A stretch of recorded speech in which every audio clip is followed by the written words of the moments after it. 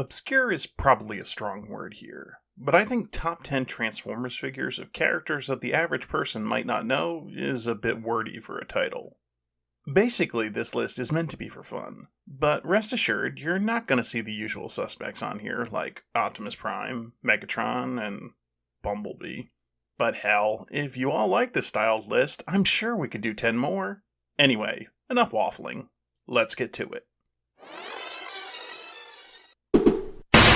You could nitpick and say the G2 Decepticon Trooper isn't really a character, but this is my list, so I'll do what I want.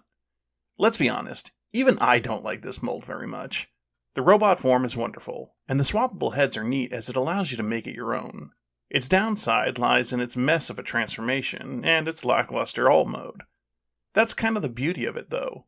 The Skullgrin tank mold is basically a block of nothing with some tank turrets on top. And that kind of works for this version really well. Really, I just love what it represents though. The Generation 2 comic story is one of my favorites of all time. And having plastic representation of G-Axis' stormtroopers all these years later is just amazing to me. I'm never going to transform this thing, and I may eventually get another one just so I can display both heads next to their commander, because I'm that kind of crazy when it comes to my Transformers.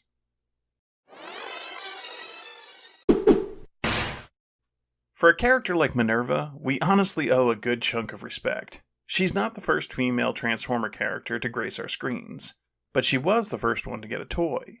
I always liked the idea that the robots that were formerly bonded to the humans in Master Force took on some of their personalities, and that this Minerva is that robot with all the knowledge and experience of the human girl that briefly took up residence in her head. The Legacy toy is a fantastic interpretation of the character.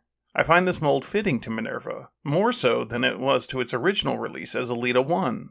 She strikes a great balance of feminine design mixed with the more traditional robot look, and it's just honestly a joy to see Minerva see new life on the toy store shelves after all these years. Black Shadow is one of those figures that's just gorgeous to look at. The red and silver highlights look fantastic against the jet black plastic. I love the head sculpt on this figure, with its excellent horned head and great use of paint apps. The Generations release was a fun figure to mess with, as the transformation wasn't too crazy, and it came with great little features, like this drone that could detach from its nose cone, and his awesome little blasters.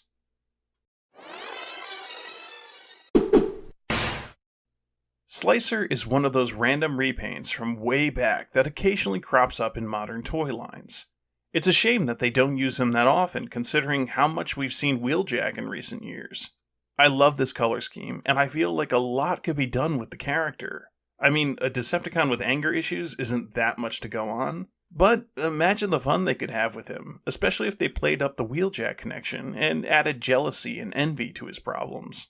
The Shattered Glass toy is a fantastic repaint of a decent figure, and pairing it with the exosuit just adds to the intrigue, as well as the play value. I would sell my right arm and replace it with a missile-launching claw thing if it meant we got a new modern version of Hooligan. I do love this figure, though. Everything about this guy ticks all the boxes for me. Wacky G2 colors? Check. Fun transformation? Check. Classic 90s ball-jointed fun? Check. It's fun to think what could have been had they done a proper cartoon for G2, or if the comic had continued past issue 12. Seeing Hooligan pulling pranks on his fellow Decepticons and getting threatened by G2 Megatron for annoying him could have led to some memorable moments. Hey everyone, let me read you a story. Plague of the Lost Ones by L.J. Black, narrated by me, is available now on audible.com.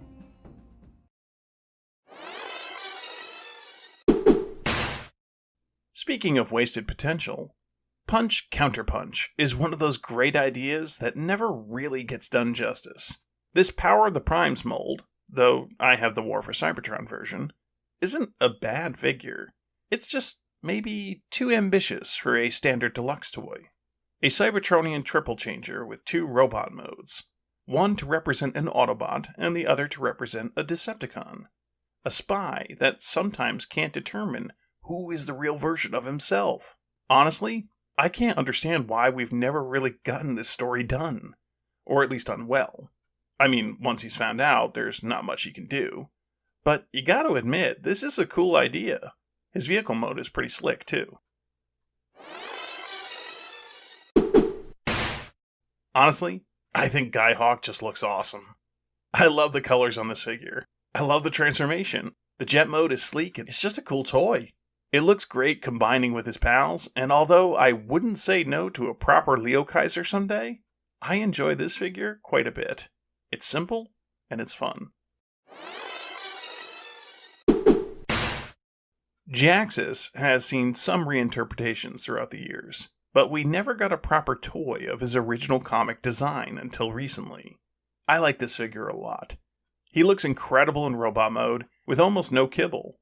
Amazing molded details like the trademark G2 exposed wires, and the teeny tiny G2 Decepticon symbol.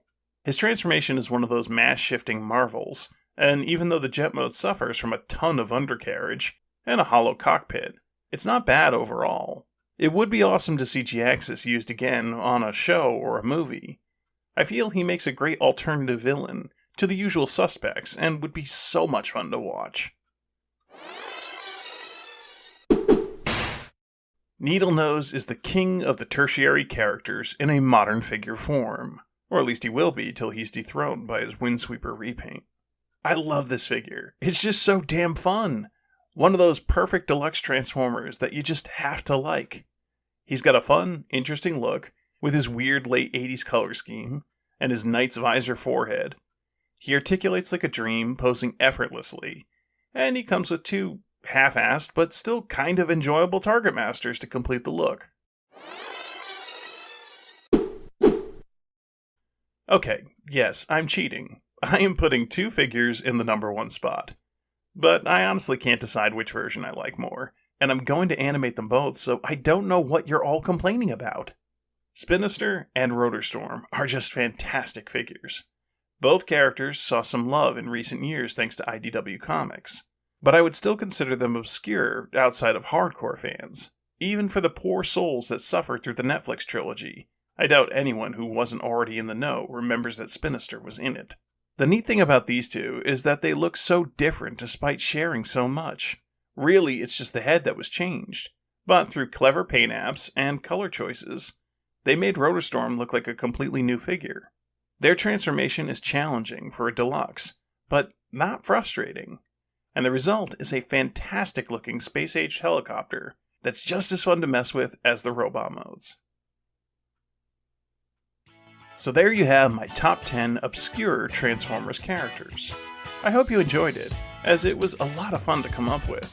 There's so many fun characters in the Transformers universe. I could easily do more lists like this. But who's your favorite lesser-known character?